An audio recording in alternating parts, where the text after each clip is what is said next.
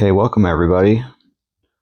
I am getting ready to submit for permits for a large addition for adding a 1 and 2 story addition plus basement remodel and a 2-car garage. So what I do before I submit is I go through the drawings, print out a PDF. It's very important you do that because when you print out a PDF, you see things on how things are printed that you don't see on the screen. So I have my Revit model up with the drawing set and the PDF together. And I'm going through it just to make sure things are clear for the construction crew. There's nothing more annoying and hard to deal with than overlapping text and dimensioning. So I'm not necessarily looking for drawing errors per se, because I've already done that. This is kind of the final check to go through all the drawings, as you can see in the printed set, to see if there's anything that was missed, anything that wasn't removed. As you can see that that red text there got printed, didn't get removed. That was basically me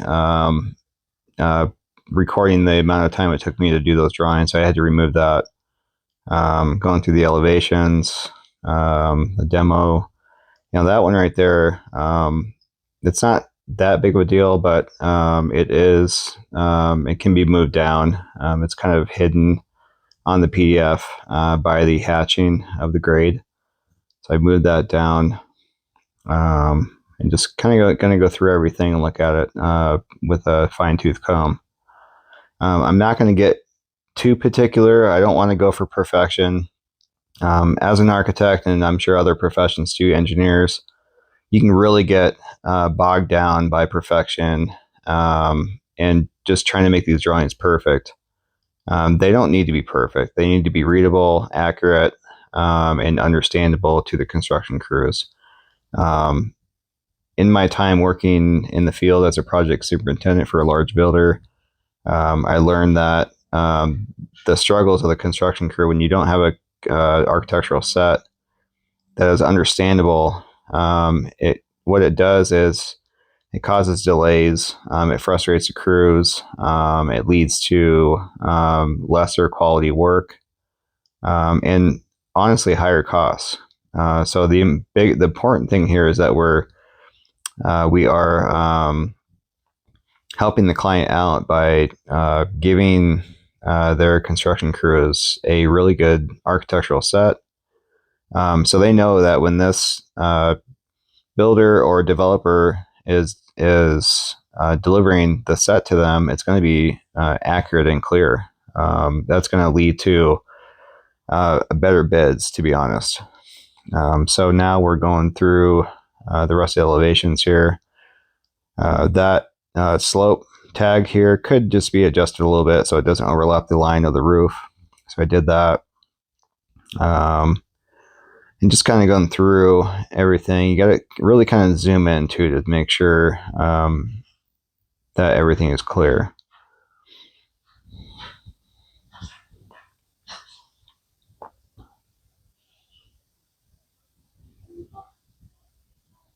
So I'll leave this up. I won't go through everything, but I'll show you how I do this. One of the big things that you're going to run into, and you'll see when we get to the building sections here in a minute, sometimes things show up in the drawings in the cut that don't make sense for where it's cut. It could be things in the background, and you can actually use detail lines and filled regions or masking regions. I don't like to do that too much, but towards the end here, when we're just trying to get the permits sets submitted, you can do that. Here I have too many building section tags. One of them is a thermal envelope building section that isn't supposed to show up on the roof plan, so I deleted that or hid that. Don't ever delete a building section because it'll delete it on all sheets, and it'll delete the view itself too. Another thing you'll see in a minute here is the the garage plans. So we had a two car detached garage. I actually did that model and those drawings in a separate file. So what you have to do is you have to create dummy sheets in your base set so that it shows up in the sheet index. So I created two sheets. One of them is the plans and the floor plans and roof plans with the electrical drawings on them, and the other one is the elevation. So you create the dummy sets or the dummy sheets on the base set, and then in the other file you print out the two sheets or whatever sheets you need. You got to make sure the title drawing number is the same as in the sheet index on the base file, and you got to make sure the date's the same. That's very important. So when you do this, you print out both sets. You print out the base set with the two dummy sheets in there, and then you can either print those off or you can just replace them in BluBeam. So you'll see in a second here that I just replaced those sheets because I had printed those off. So you just replace those or add those to the base set from the garage plan set. Right here I have, I'm trying to figure out what is coming through here, what foundation wall is showing up there, because it looks, there's a window well that's showing up from the background because it goes all, because the crawl space goes all the way through, so you're seeing beyond. We don't want to see that.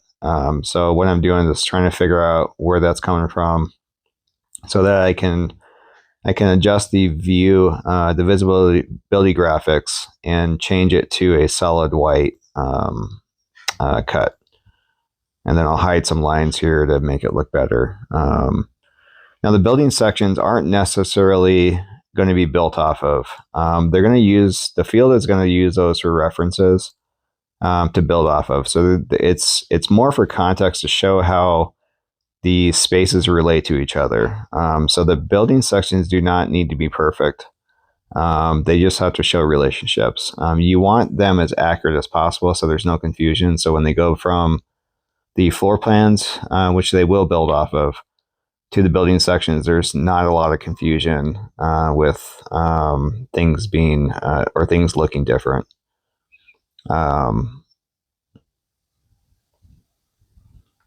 You'll see here how I turn those off.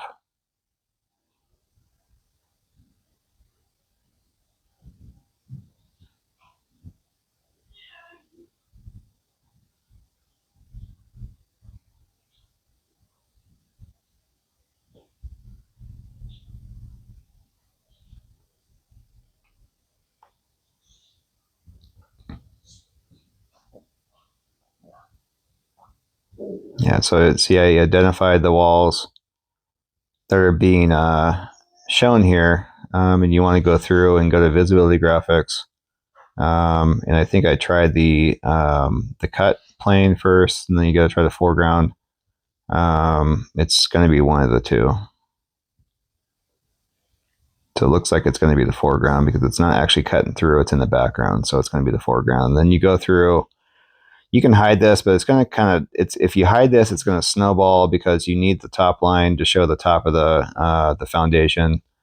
So I'm just going to go through and hide with the LW command, the line work command. I'm going to make those invisible, and it's really hard to get everything hidden that you want without the whole line being hidden. Because if you notice here, this area that is the addition is dropped down. It's sunken in by 2 feet. So there's stairs here.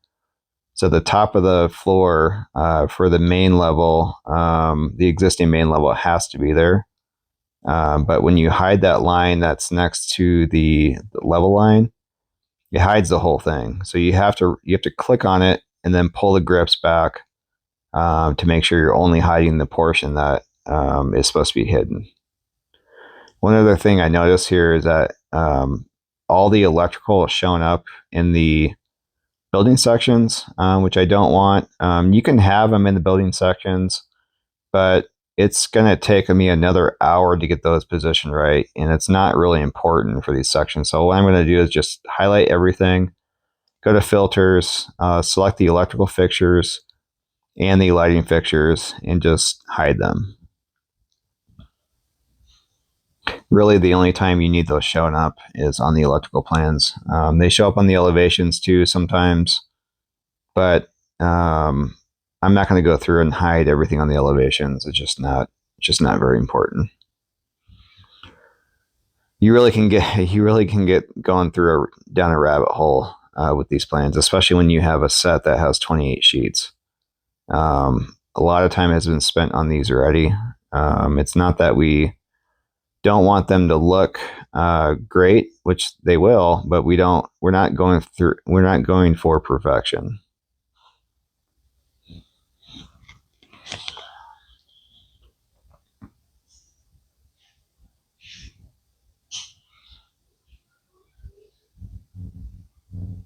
You see how I pulled the grips there, and sometimes you have to redo it and just to get the right line, because there's most of the time there's going to be a couple overlapping lines, so you have to pick the right one and tab through it and really figure out which one you're working with, which one's the correct one, and the correct grips to pull through.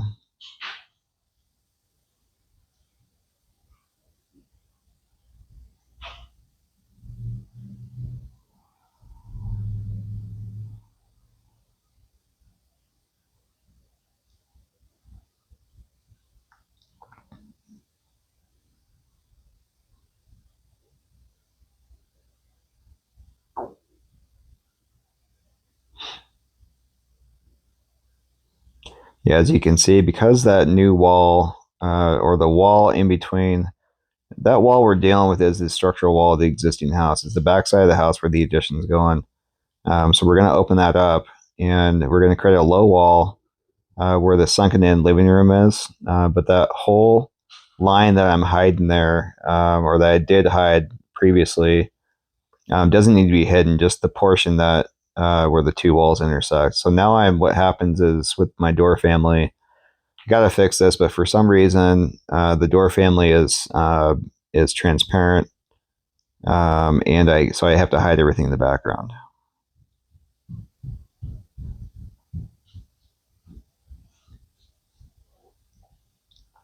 Just kind of panning up now to look at everything else. I think everything looks good.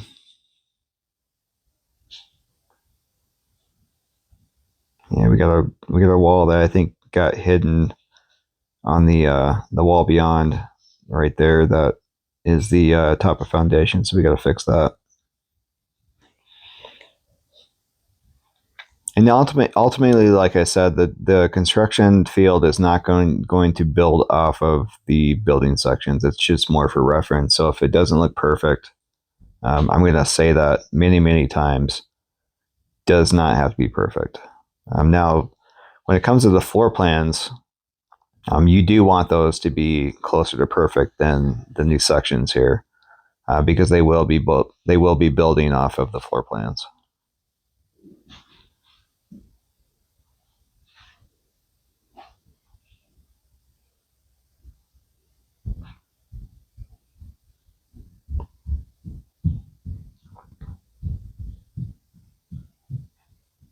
Revit's great, but you really have to, and I think I'm doing a pretty good job, but you really have to, when you're drawing in Revit, you have to build the model accurately as if it's going to be built in the field. Because what happens if you don't, you have your section cuts that look off; they don't look correct.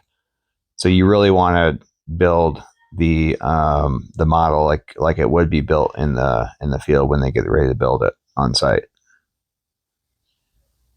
Yeah, so you got some electrical outlets there. I'm not going to worry too much about those.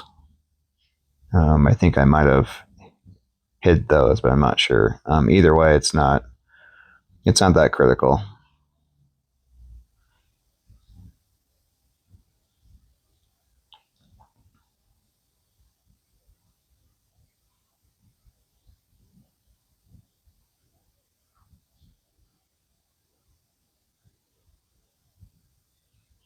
Yeah, I think I do select here. I hadn't hidden the lighting fixtures yet. You see a fan that's kind of floating there. So I'm going to hide that eventually here. So these, I'm just moving up the room tags. I just think they look better higher just because they're not intersecting doors and line work. So those are just some simple things you can do to make things read better.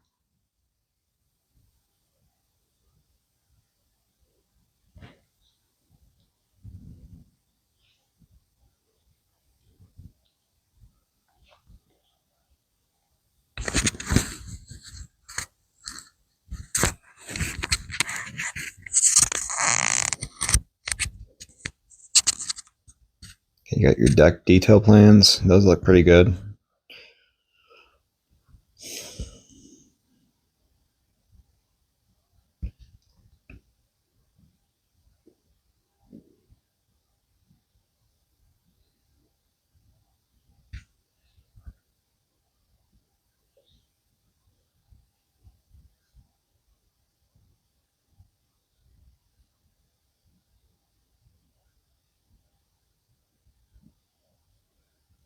Okay, so wall section. The wall section is very important because this is going to give the construction crews a lot of information. So what we're going to do here is you notice that on the PDF that the hatching for the grade is too dark, and I really don't really want to move all those notations. So what I'm going to do is select the hatch, right click, and make it halftone,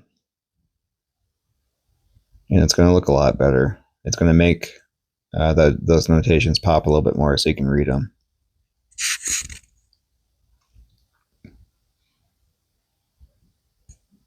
And the wall section is probably one of the most important drawings, so you want to make sure this is accurate.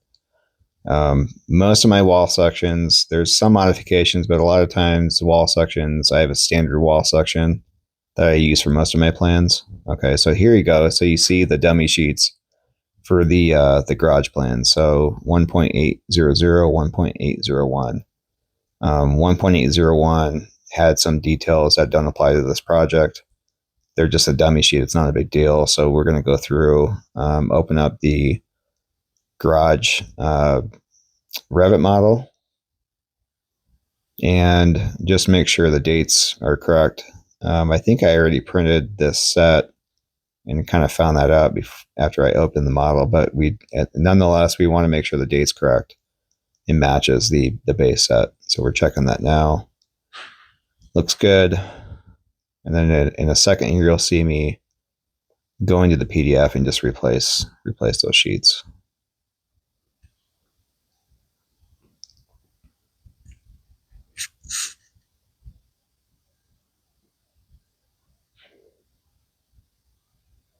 So here are the garage plans.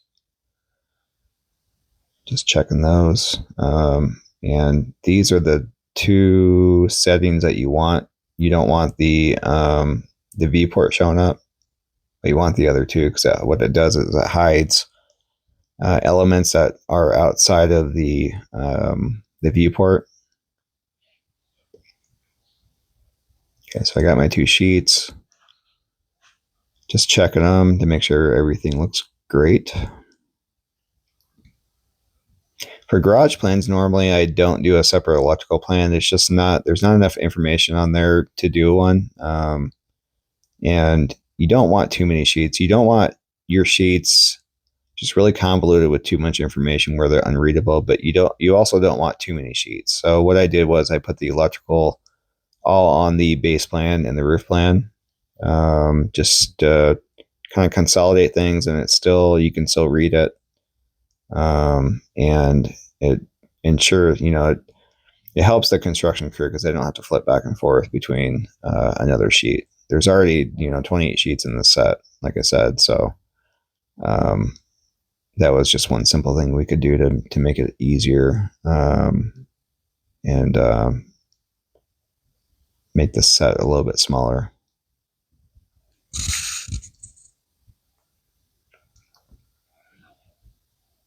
So I hit replace, and then 1.800 is going to be sheet 1 of that garage plan set. 1.801 is going to be page 2. So you have to switch. You have to go in and switch that to 2 of 2. All right, I think I'm all finished. I'm just going to go through here, take another quick look at it. I think we have a couple more sheets here. That's going to be replaced with that second sheet of the garage plan set. Change this to 2 of 2. We got that in there.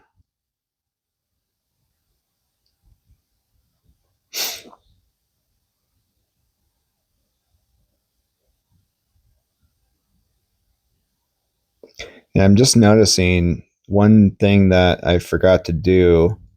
I'll have to go back and do. It looks like the garage plans do have my architectural stamp on the right, on the title block on the right, but the other sheets don't. So I'll have to go back and put that in. A lot of cities want you to digitally sign the plan set before you submit it to the city. So I'll go back and do that. But that's really not a big deal. So we got our basement electrical plan.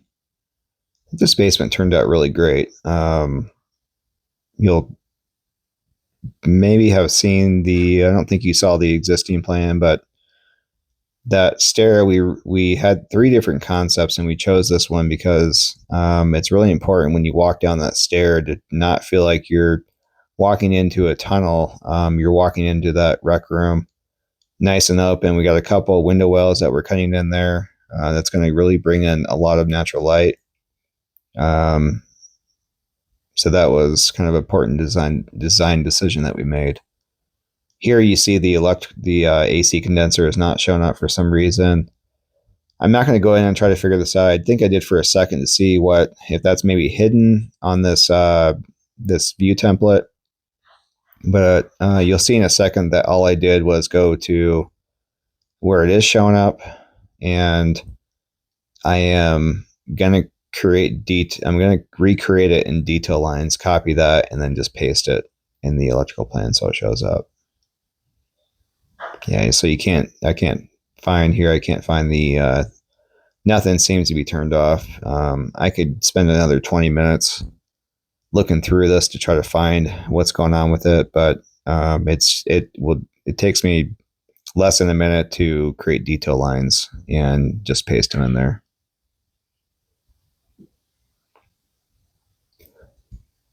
So what I do is I pick the DL command, go down to solid 1, which is the thinnest line type. Click that button, and then select, kind of tap through and select as much as you can at one time, so it's not so many lines.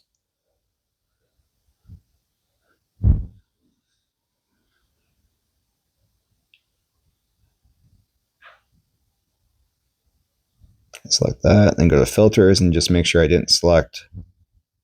Yep, just got line work. I didn't select the actual AC condenser. I cut it, and then I paste same place on this view. So now you got your AC condenser in there.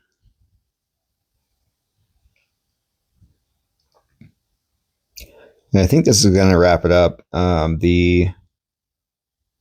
The electrical plans were really good. I did send a copy to the client about a week ago for him to give his comments. So this being in kind of a standalone, not really standalone, but you want to get an approval from your client on the electrical plans. So that was done about a week ago. So we already went through and checked most of the stuff. You see an exterior outlet showing up there, so we're going to hide that. It's very important you make sure you don't delete those things. There's certain things in Revit that you can delete without it being deleted on another view, and there's certain things that you can't delete on one view, or it deletes it on all views. All right, so I think we're finished up here. We're just going to go through one more time. I think we're going to probably go through here and print again.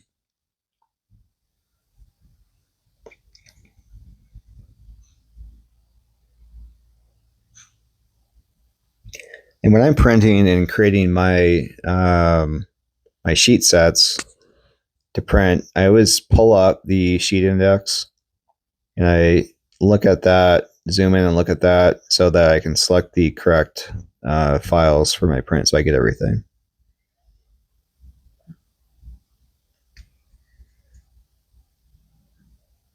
And for some reason, if anyone knows what is going on here, I need to contact Autodesk. But for some reason, if I don't go in and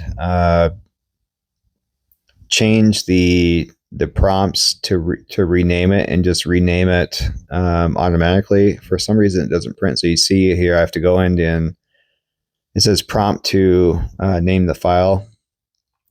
So I have to go in here every time and select the folder that it goes into, or it won't print. I'm not sure what's going on. It's been going on for quite a few months. I just need to find the time to call Autodesk to get that fixed, because it's more kind of annoying than anything. I have to go through and my whole folder tree and find the correct folder. But we're going to get this printed here and get this submitted for our client so they can get this project built. This project's actually an investor project. So with investor projects, time is money more than anything, because your holding costs go up the longer the project goes. So we want to get this submitted right away for them. Luckily, we're in the city of Edgewater, and Edgewater's review times are really short. They're not a huge city like Denver, where you sometimes have to wait 2 to 3 months to get a permit with 3 or 4 different reviews. So I suspect that this one probably will be approved in 2 to 2.5 weeks, with maybe 2 reviews. We'll probably get some comments and then have to revise the drawings, resubmit, and then it should be good to go. Again, after my reprint, I have to replace these sheets again.